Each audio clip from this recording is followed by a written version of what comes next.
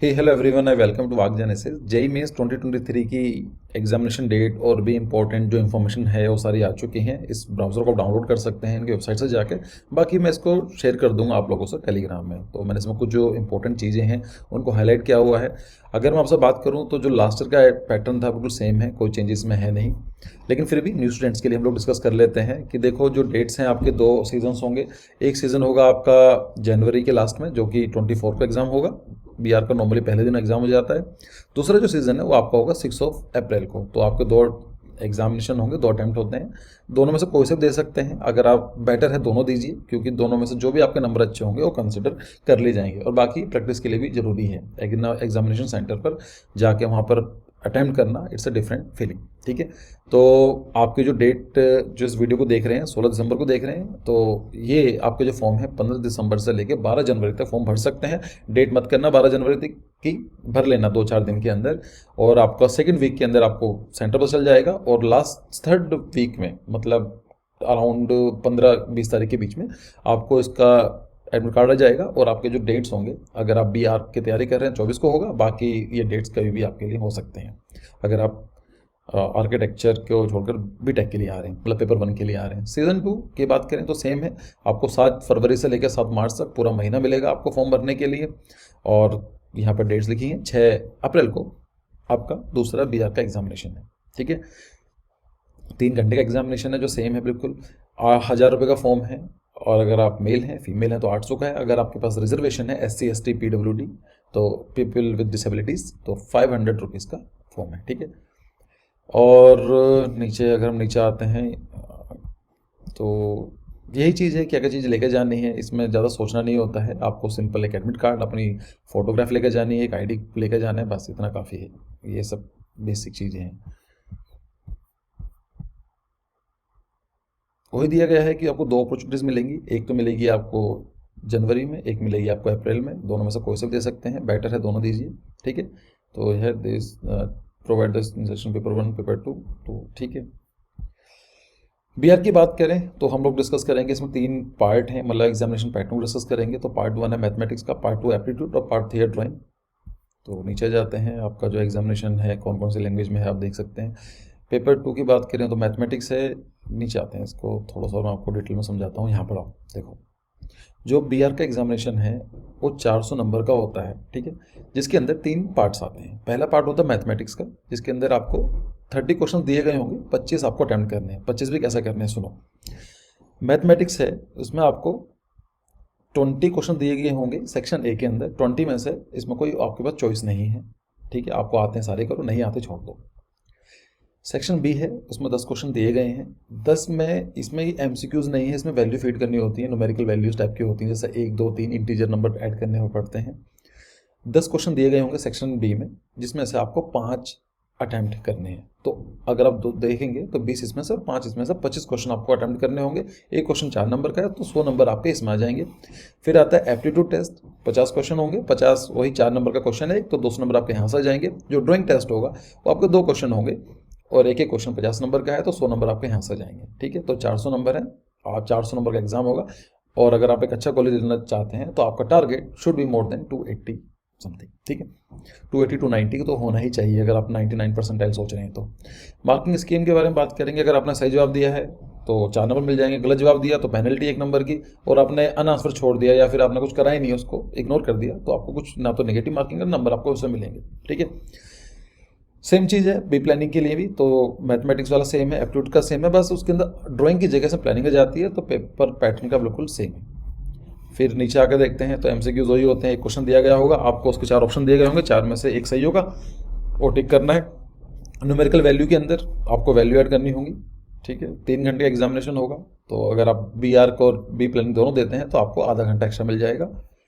फिर हम लोग नीचे आते हैं तो एज क्राइटेरिया के बारे में बात करें तो इसमें कोई भी एज नहीं है, कोई भी क्राइटेरिया नहीं है एज का। हाँ, लेकिन इसमें साफ साफ लिखा गया है this is the most important thing, for appearing in JEE Mains 2023 there is no age limit for the candidate. ठीक है, the candidates who have pass the class 12 या फिर 12वीं के इक्विवेलेंट जो भी एग्जाम आपने 2021 में पास कर लिया होगा, 2022 में पास कर लिया गया है, या फिर आप इस बार पास करने वाले हैं, ठीक है, वो बच्चे एग्ज़ाम दे सकते हैं। सिंपल सी वाली बात है। अगर किसी बच्चे ने 2020 को में बोर्ड्स दिए थे तो वो एलिजिबल नहीं है। तो या तो आपने इस साल देने वाले हैं, या आपने लास्ट ईयर दिया होगा, या last to last year, 3 attempt मिलते हैं, दैट्स इट। ठीक है, और ठीक है, यहाँ पर यही है, ये लिखा है ना, candidate who pass the class 12 इन 2020 और before as well as those who will appear in such examination 2024 और उसके बाद not eligible for this exam। ठीक है, तो देख लेना, क्लियर है ये। रिजर्वेशन वही है कि अगर EWS इकोनॉमिक वीकर सेक्शन है तो 10% रिजर्वेशन है, नॉन क्रीमी लेयर OBC के लिए 27% है, SC ST के लिए 15%, 7.5%, एंड PWD के लिए है 5%। तो अपने हिसाब से देख लेना, तो सबका सेम ही रहता है। अगर आप EWS कैटेगरी से बिलोंग करते हैं या नॉन क्रीमी लेयर से बिलोंग करते हैं तो आपके पास एक कास्ट सर्टिफिकेट होगा, है ना, जो बल्ब सर्टिफिकेट होगा, EWS सर्टिफिकेट। उसका ध्यान रखना है कि वो 1 अप्रैल 2022 के बाद इशू हुआ हो। ऐसा नहीं है कि आपने लास्ट टू लास्ट ईयर बनवाया था वो आज काम कर जाएगा, नहीं। इसमें साफ साफ लिखा गया है इशूड ऑन और आफ्टर 1 अप्रैल 2022। तो इसको ध्यान रख लेना। अगर आपको रिजर्वेशन का बेनिफिट उठाना है तो ये सब चीज़ों, ये डेट का ध्यान रख लेना। अगर आप SC ST हैं तो उसमें कोई डेट का एग्जाम कुछ होता नहीं है, तो आपके पास एक है, वो चलेगा। ठीक है, फिर नीचे आई गेस और तो कुछ हो चुका है। चॉइसेस तो ये हैं, 4 सिटीज़ आपको फिल करनी होंगी और 4 में से आपको अगर सेंटर अवेलेबल होंगे तो मिल जाएगा। बाकी चेंज भी दे सकते हैं, कह सकते हैं हाउएवर ड्यू टू एडमिनिस्ट्रेटिव या logistic reasons a different city can be allotted, normally दे देते हैं। यहाँ पर फॉर्म के बारे में बताया गया है कि क्या क्या चीज़ पूछी जाएगी आपसे, इसमें आप देख लेना अपने हिसाब से, बेसिक चीज़ भर दो।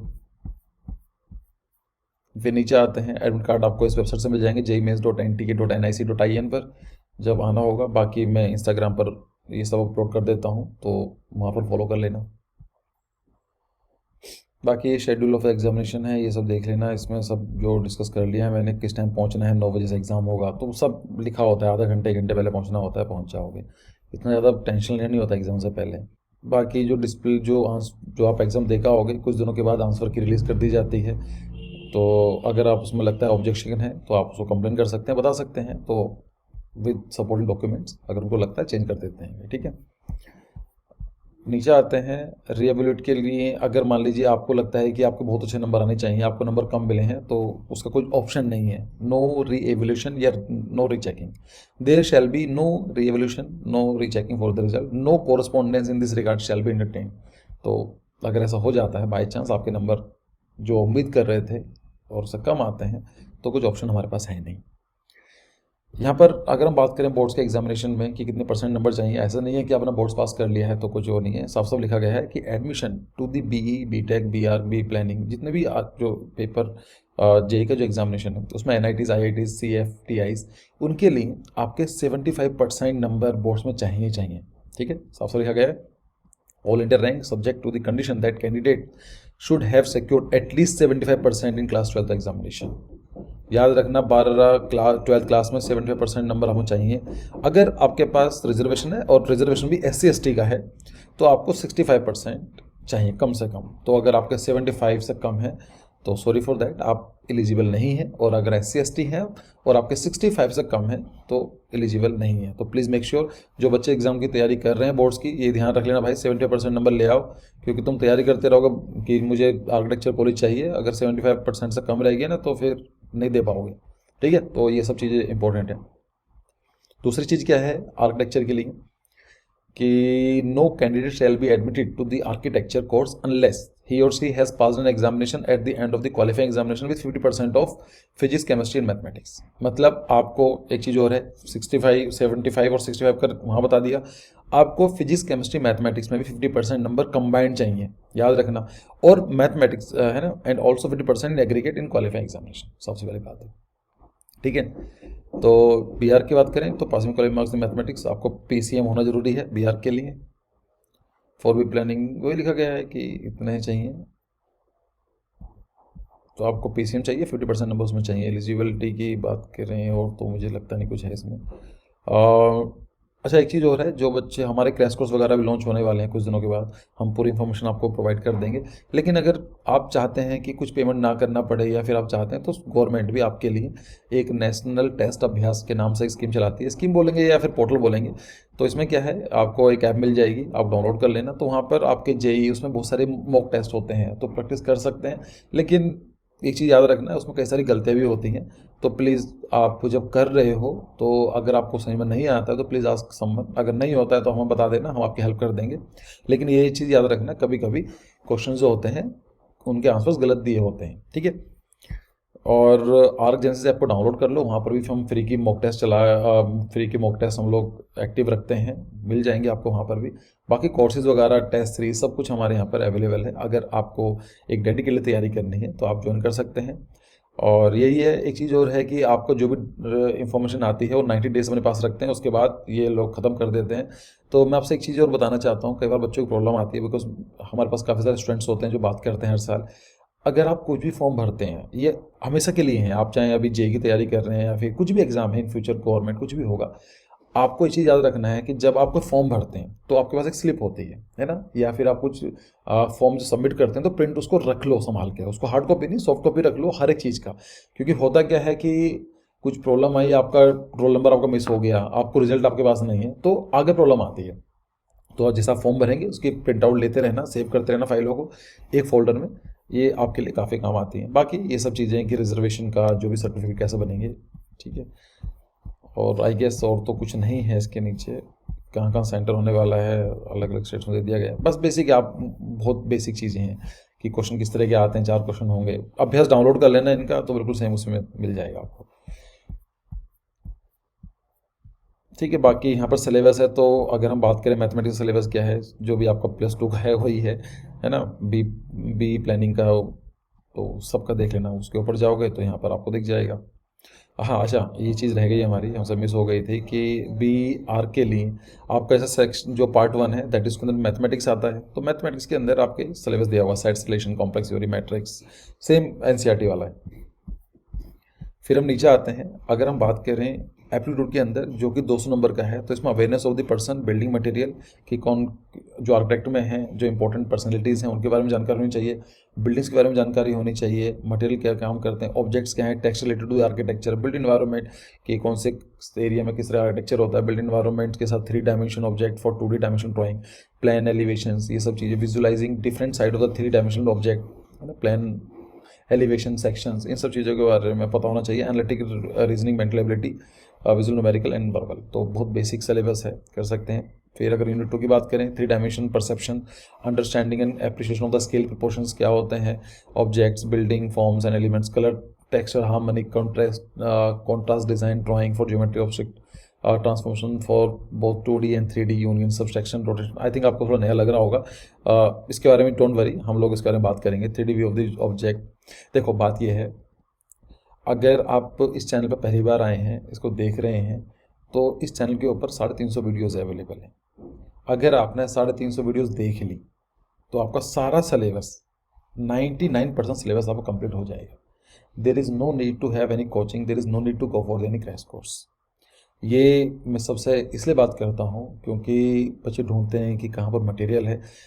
हम लोग इस फील्ड में 3-4 साल से वीडियोस बना रहे हैं, कंटेंट क्रिएट कर रहे हैं, तो जब नए बच्चे आते हैं उनको ऐसा लगता है कि हम कहाँ से पढ़ें, ठीक है। तो प्लेलिस्ट बनी रखी है, बहुत बेसिक सी चीज़ समझाई गई है, इस सारा सिलेबस हम लोगों ने कंप्लीट कराया हुआ है, ठीक है।